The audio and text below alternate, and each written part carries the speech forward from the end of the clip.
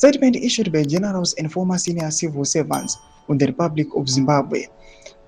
RE Constitutional Amendment Bill number 3. Our position and the call to action. Sarapina Mash Komdani Kopangwa in order to subscribe or like on the bell icon. Timina Momdani Komchizi. In March 2026, we state without equivocation that the site processes was choreographed, imposed upon the people, and its outcomes do not in any matter reflect the genuine will of the people of Zimbabwe. Pursuant to our communication to Parliament, 2 formal meetings with His Excellency the President of the Republic of Zimbabwe held on 18 and 19 of May 2026 respectively. Regrettably, the 2 meetings failed to produce any result.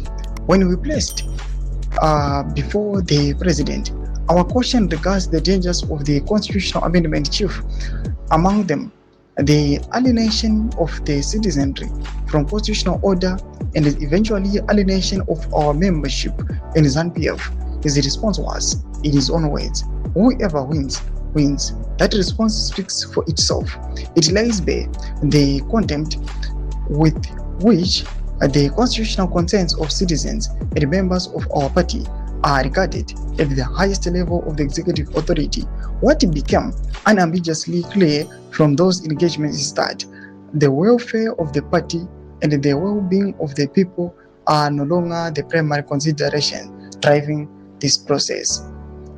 It is therefore clear that the President is both the principal architect and the principal beneficiary of CAP 3.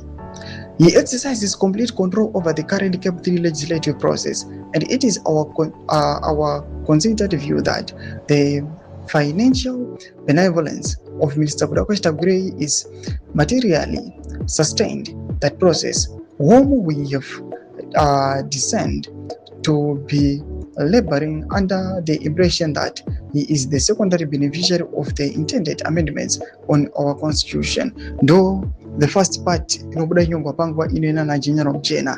In the comment section menus of fungre enyimot kudipa mzero pichitko each. As you are now going to the part 2 of this letter, do subscribe or like on the bell icon.